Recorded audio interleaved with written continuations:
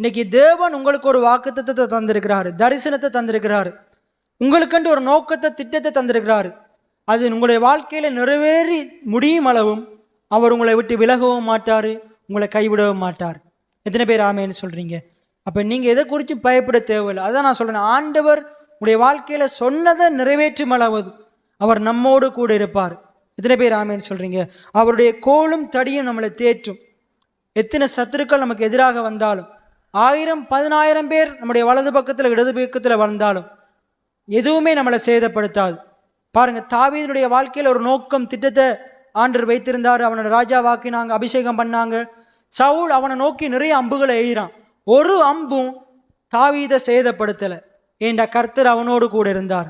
எத்தனை பேர் ஆமேன்னு சொல்றீங்க? சிங்கத்தின் கைக்கும் கரடியின் கைக்கும் தப்பி வைத்தவர் கைக்கும் தப்பி வைக்கிறார். அதுக்கப்புறம் அவனுடைய வாழ்க்கையில வந்த நிறைய எதிரிகளுடைய வாழ்க்கையில